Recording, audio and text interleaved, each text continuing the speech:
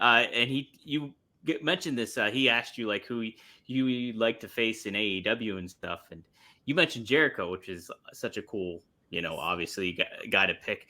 And you mentioned how busy he is and certain things like that. And you're kind of on a different vibe of that stuff. He has so much stuff going on. You're busy, but it's like if you have the opportunity, you're like, I kind of want to take it easy a little bit if the necessity comes around, And Yeah, I'm always a little envious of people that can't sit still, because I just feel like, man, I would be so productive because I never run out of ideas. Sometimes I have people just pitch me ideas and they have nowhere to go with it. And I'm like, dude, come back to me when you got a solid plan. Like Shark Tank, Yeah, don't just pitch an idea and think I might know somebody, because I got a million of those. right. I mean, I have screenplays that I've written like a third of, a half of, a tenth of, or even some books. And years ago, and some of them, I'll pick up again. Some maybe I won't, and I'm okay with that now. But like so many different projects that are always like spread out, and for me, that I don't know. I guess that in a way makes me feel comfortable, because I know I'm not going to run out of shit to do. But I love to do nothing. And people that like retire and they're like, I couldn't sit at home. I'm like, that would not be me. I love being home, relaxing, doing nothing.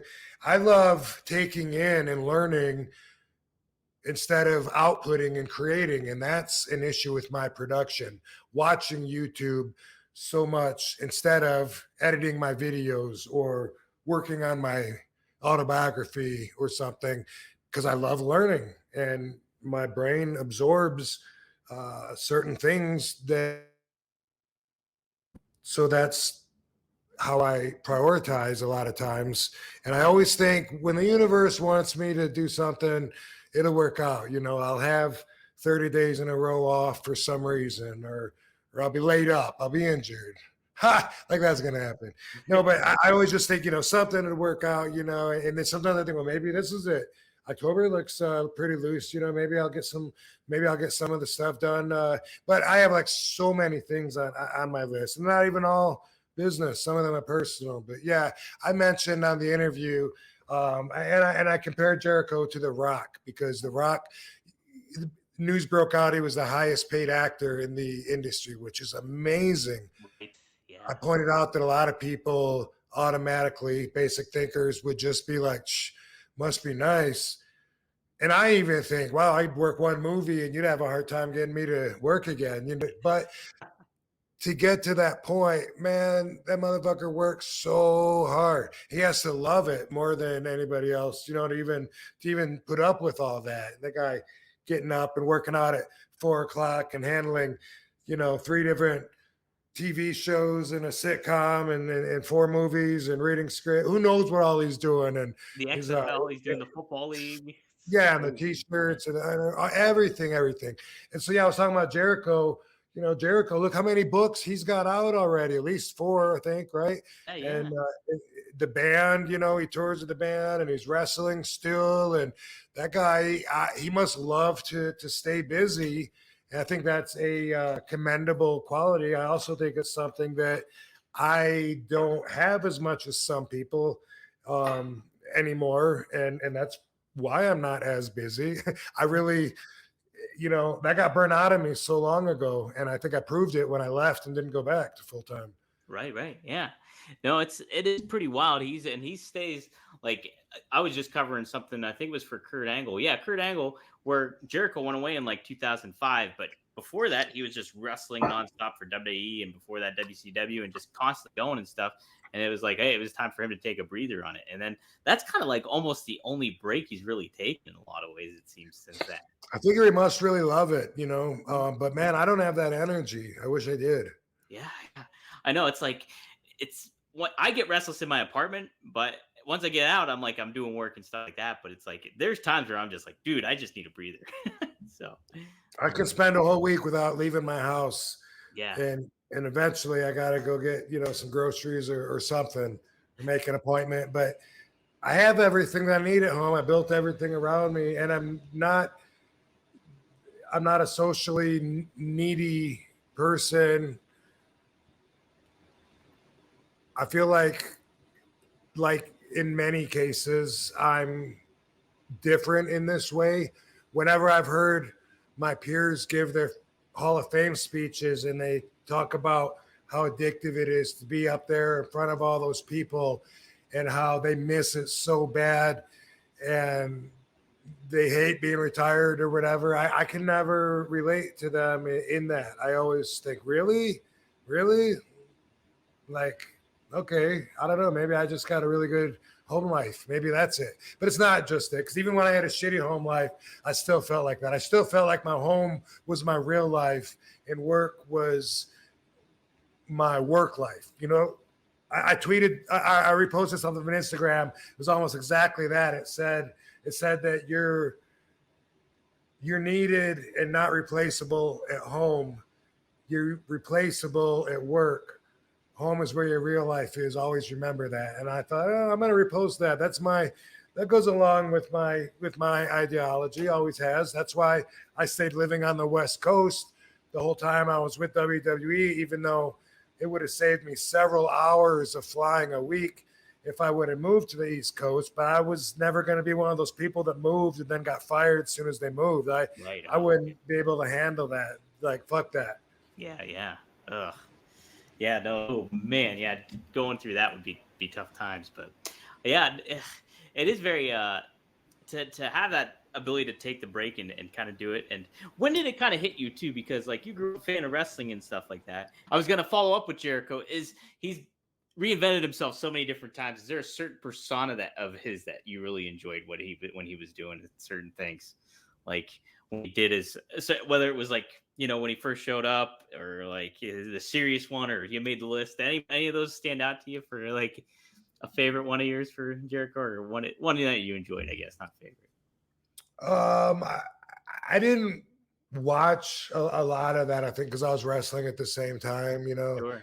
However, there was a lot of build up for that Y2J Yeah. entrance. That was like it seemed like that was like a huge signing at the time. Like one of the first times I remember so much being put on a talent coming in. So that was a pretty cool moment.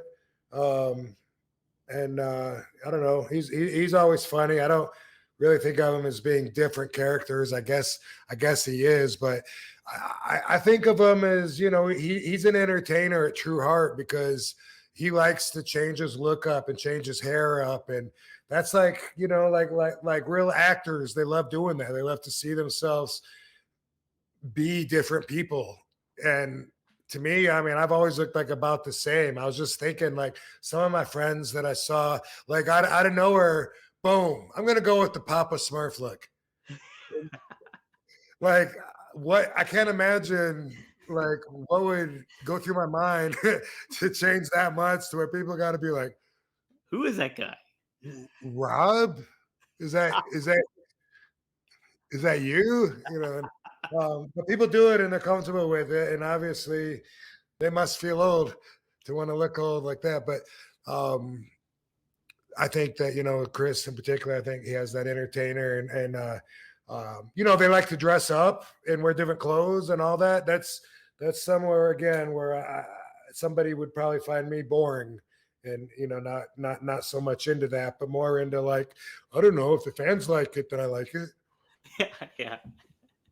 Hey, you got the singlets going, so that's the standout there. That's how Yeah. you. I don't even like my ponytail. I just wear it because it's easy, but it's not like I would take pride in it, And if somebody, was like, dude, like, don't you know, like, the ponytail is like outdated from the '80s. I'm not going to be like, fuck you. The ponytail is the coolest look ever. It always will be.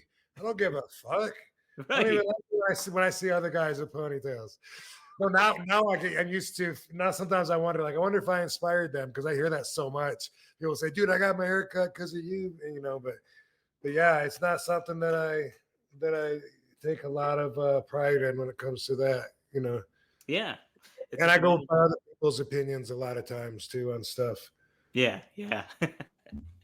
um, colors, and even I don't know, logos, stuff like that. Like I have some artistic sense, but it's limited to a degree to where I like feedback on it from other people. Even if it's like, hey, Katie, do you like this logo this person made? Oh yeah, it's badass. Or I was thinking, that the yin yang needs to be bigger. What do you think? Maybe, but it's not something that I feel like I have a special skill in when it comes to looks, fashion, or matching anything, whether it's logo, fonts, colors, shapes, meshing different non-contrasting energies in a platform of art. I think it's also subjective that I'm like, I can't believe people have opinions and think they're right and everyone else could be wrong when it comes to like art or Right. dressing. People dress so different from each other. I can't believe certain people be like, oh my God, what is he wearing? Like so ridiculous to one person. That person doesn't give a fuck what you think. You know what I No. mean? They're so comfortable wearing that. And it's like, oh, you don't wear white after Labor Day or whatever. Yeah. like that's never been my world and I don't get it. Yeah. Well, you got a good sense of style about you, though, Rob. I think there's certain things. I know when we text back and forth, or like we're working on something or a project, you'll be like, "Hey, what about this?" or putting this in there, and it's good I with me too. understand energy. I understand energy and I understand balance. And that really overlaps into a lot of useful areas. Yeah, absolutely. Editing the Um, movie Headstrong. I didn't know the scholastic editing principles that Joe Clark was taught or how to necessarily add music and cut the volume down halfway and bring up the intensity of their voice here and there. But I could feel it, I could suggest it, and then he could do it. yeah, You know, yeah. Well, and that's what you showed me too when we did the compilation thing. It was like, dang, you knew it. It's like, okay, get exactly what he wants. You know, yeah. that's good stuff, man.